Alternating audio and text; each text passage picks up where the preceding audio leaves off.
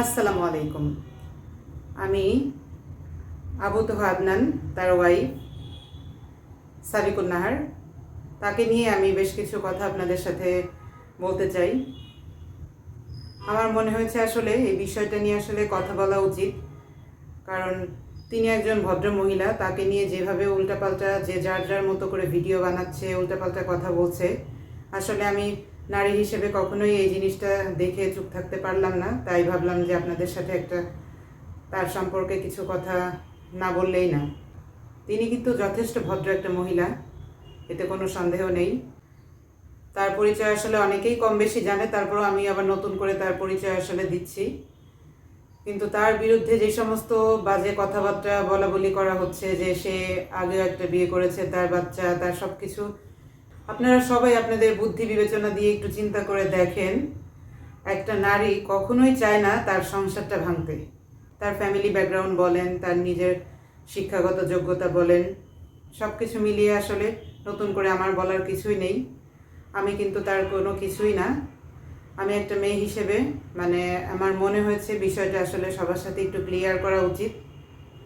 দেখেন, একটা ভদ্র মহিলা, একটা ভালো সংসারী মেয়ে কখনোই ইচ্ছাকৃতভাবে এই ধরনের কাজ কখনোই করে না। তার হাজব্যান্ডকে নিয়ে পুরো মিডিয়ার সামনে সে এভাবে কখনো বলতে পারে না, এভাবে স্ট্যাটাস দিতে পারে না। কখন এই কাজটা করে? ঠিক যখন তার দেয়ালে পিঠ ঠেকে যায়, যখন দেখেছে যে আমি আসলে আর পারছি না, ঠিক ওই মুহূর্তে কিন্তু সে সবাইকে বিষয়টা একটু ক্লিয়ার করেছে। কিন্তু এটা নিয়ে মানুষ এমন বাজেভাবে তাকে নিয়ে, তার অতীত নিয়ে, তার নিয়ে নোংরা নোংরা কথা বলা বলি করছে। অথচ একটা জিনিস চিন্তা করেন, আবু তোহা আদনানের নিয়ে কিন্তু কেউ কিন্তু সেভাবে কথা বলছে না। অনেকেই অবশ্য খোলাখুলি আলোচনা করেছেন আবু তোহা আদনানকে নিয়ে, সে কী করেছে বা তার যে সমস্ত কাহিনীগুলো নিয়ে সুন্দর করে তুলে ধরেছেন। তবে আবার তার পাশাপাশি এই সাবিকুন নাহারকে নিয়ে এত বাজেভাবে মানুষ ভিডিও বানাচ্ছে, বিভিন্ন রকম কথা বলছে, সত্যি আসলে কি বলবো, আসলে বলার কিছু নেই। তাদের উদ্দেশ্যেই আমার এই ভিডিওটা। আপনারা একটু যাচাই বাছাই করে চিন্তা ভাবনা করে দেখেন যে একটা মেয়ে কখনোই তার 2টে বাচ্চা, তার এতদিনের সংসার, সে তার হাজব্যান্ডকে কিন্তু যথেষ্ট পরিমাণ ভালোবাসে। সে তার হাজব্যান্ডকে এত পরিমাণ ভালোবাসে, সে তার সংসার, তার বাচ্চা, তার সব কিছু, সে কিন্তু প্রত্যেকটা আপনারা ভিডিও দেখলে, কথা শুনলে একদম প্রথম থেকে শেষ পর্যন্ত শোনার চেষ্টা করবেন, দেখবেন সে আসলে খুব সুন্দর করে কথাগুলো গুছিয়ে তার সব কিছু বলেছে। এখানে কিন্তু কোনো বানোয়াট কোনো কথা কিন্তু সে বলে নেই।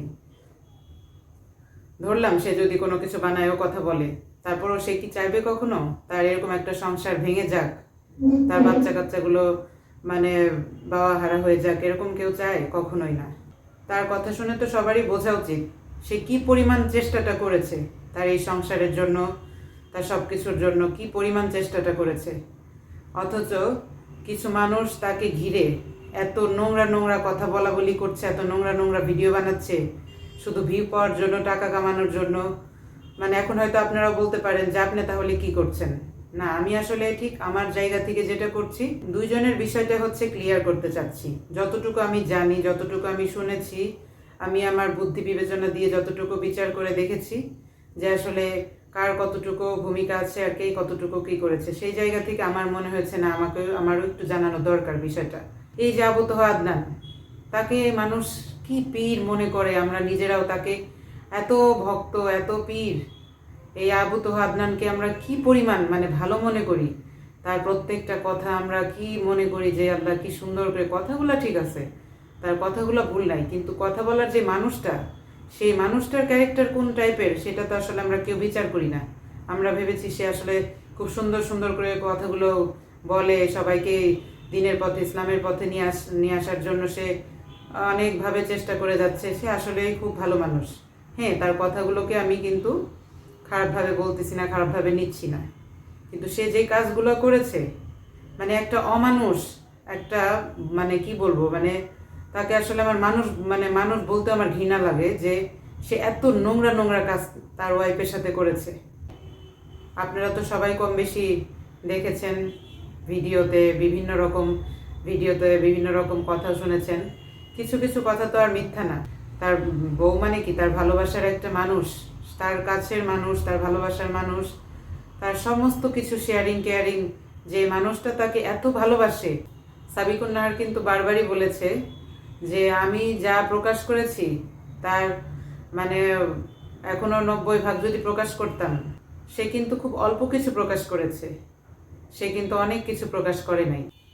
আমাদের আসলে একটাই সমস্যা, সেটা হচ্ছে আমরা একটা মেয়ে হয়ে মানে মেয়ে জাতিকেই আমরা এত ছোট করি, এত নিচু করে দেখি, এত খারাপ ভাষায় খারাপভাবে ওই মেয়েটাকে আঙুল তুলে সবসময় বাজে কথা বলতে বলি। মানে আমরা কখনোই বাজে কথা বলতে ছাড়ি না, একটু চিন্তা করি না যে মানে আসলে বিষয়টা নিয়ে একটু ভাবিও না, চিন্তাও করি না।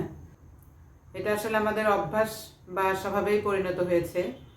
প্রত্যেকে আসলে আঙুল তুলে শুধু মেয়েদেরকেই বলবে যে মেয়েটা খারাপ, ওই মেয়েটা মানে এরকম ওরকম, এরকম একটা কথা বললো, এরকম একটা কাজ করলো, সে আসলে কি ভালো? মানে মোট কথা সেই মহিলাই খারাপ। মানে সে যে তার দুঃখের কথাগুলো সে মানে বিষয়গুলো আসলে সে বোঝাইতে চাইছে, জানাইতে চাইছে, পারিবারিকভাবেও প্রায় ট্রাই করছে, সেটা হয় নাই। যে সাংসারিক অনেক বিষয় কেউ কখনোই মানে সবার সামনে এটা তুলে ধরতে চায় না, তুলে ধরা উচিত না, কিন্তু এমন একটা পরিস্থিতি তার হয়েছে যে সে বাধ্য হয়েছে। কোনো হাজব্যান্ড যদি তার ওয়াইফের সামনে সে যদি অন্য নারীর সাথে ফোনে কথা বলা, চ্যাটিং করা, ছবি লেনদেন করা, তারপর তার সমস্ত তার সম্পর্কে তার সাথে কি তার আবেগ অনুভূতি, ভালো লাগা, ভালোবাসা, সেগুলা যদি সে তার ওয়াইফের সাথে এগুলা শেয়ার করে, এটা কি কোনো মেয়ে সহ্য করতে পারে? আপনারাই বলেন যে এটা কি কখনো কোনো মেয়ে সহ্য করতে পারে? যাই হোক, আপনারা সবাই ভালো থাকবেন, সুস্থ থাকবেন, আমাদের জন্য দোয়া করবেন।